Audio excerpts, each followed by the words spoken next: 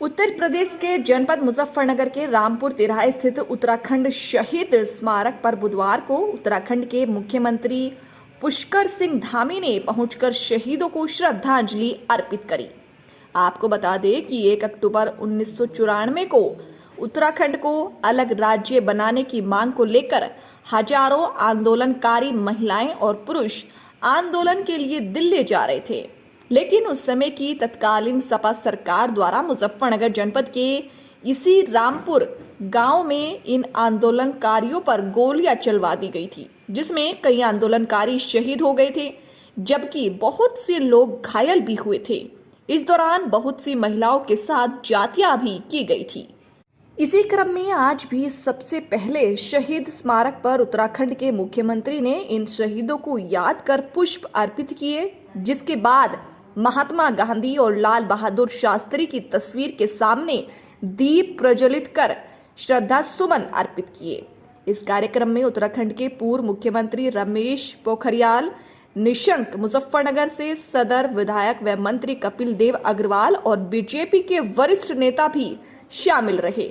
इस दौरान मीडिया से बात करते हुए उत्तराखंड सीएम पुष्कर धामी ने कहा कि उत्तराखंड के शहीदों को मैं आज नमन करता हूं। आज उन्हीं लोगों की वजह से हमें उत्तराखंड राज्य मिला है और जो अपने उन शहीदों ने दिखे थे उत्तराखंड राज्य को लेकर हम उन सपनों को पूरा करने का काम करेंगे। अवैध मस्जिद के सवाल पर मुख्यमंत्री ने कहा कि हमारे यहाँ जो भी अतिक्रमण होगा सब हटेगा। क्षैतिज आरक्षण विधानसभा में पारित हो गया, माननीय राज्यपाल महोदय ने अपनी स्वीकृति प्रदान कर दी, तो मेरा धन्यवाद करने आए थे। मैंने कहा आप सबको मेरा धन्यवाद करने के बजाय उत्तराखंड की देवतुल्य जनता का धन्यवाद करना चाहिए, जिसने उत्तराखंड राज्य के अंदर एक मिथक तोड़ा, एक परिपाटी बदली और लगातार सरकार में हमको सेवा करने का अवसर प्रदान किया, एक नया इतिहास बनाने का काम किया। आंदोलन भी हो गया, राज्य भी हमको मिल गया।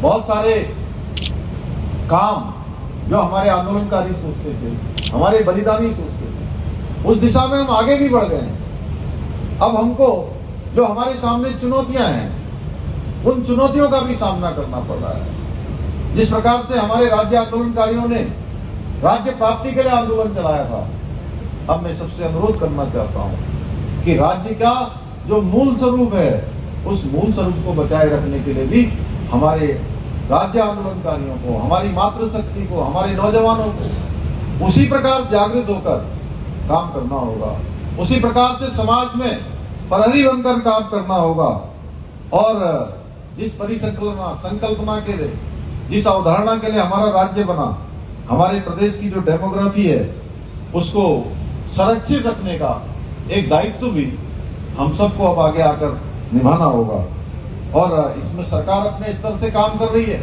डेमोग्राफी को सुरक्षित रखने के लिए हमारी प्रतिबद्धता है, हमारा संकल्प है, हम प्रतिबद्ध हैं कि हम उत्तराखंड राज्य की डेमोग्राफी को बिगड़ने नहीं देंगे। इसी के लिए हमने राज्य के अंदर धर्मांतरण कानून अभी लागू किया है।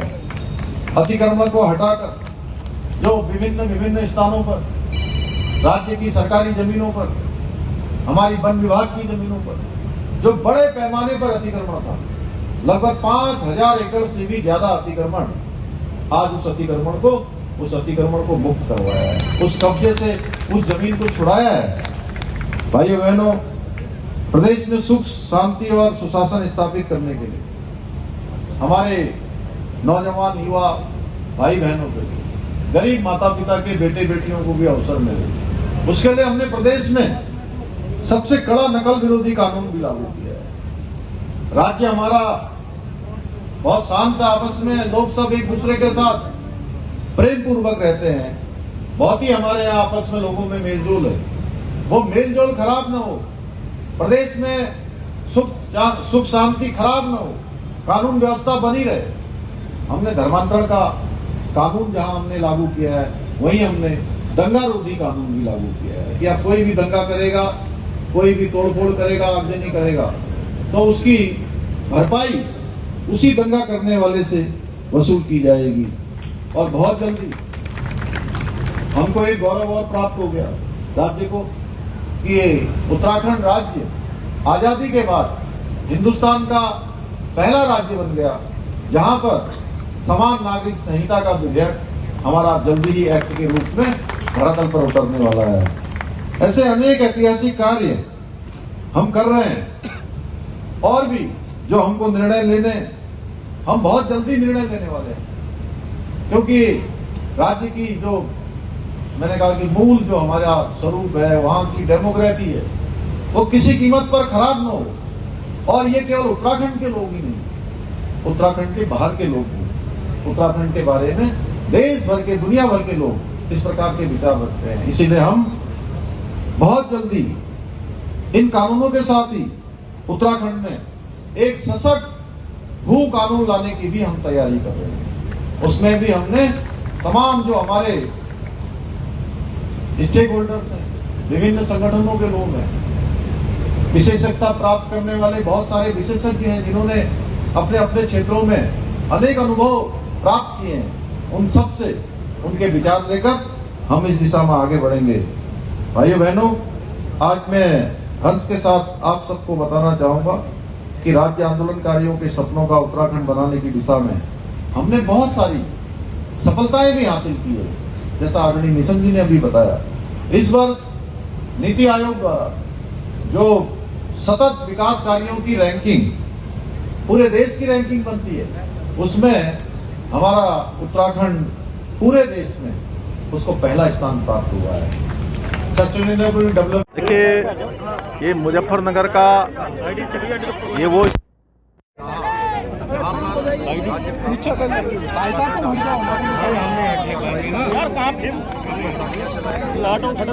बहनों के साथ बदसलूकी की गई, मैं उन सभी को अपने श्रद्धा सुमन अर्पित करता हूं। और यहाँ पर आकर हर बार हम एक संकल्प लेते हैं, एक प्रतिज्ञा लेते हैं कि उत्तराखंड के हमारे आंदोलनकारी, उत्तराखंड के राज्य प्राप्ति के लिए जिन्होंने अपना बलिदान दिया, उन सभी के सपनों के अनुरूप उत्तराखंड राज्य का निर्माण करेंगे। उस दिशा में हम आगे बढ़ेंगे और एक खुशहाल उत्तराखंड बनाएंगे। अब बोलो, दूसरा प्रश्न क्या है? सर, जैसे हिमाचल प्रदेश में वहाँ की सरकार ने अवैध निर्माण पे, वो मस्जिद पे बुलडोजर चलाया, हरिद्वार में भी मामला आया था अवैध मस्जिद। हमारे यहाँ जो भी अतिक्रमण होगा वो हम हटाएंगे।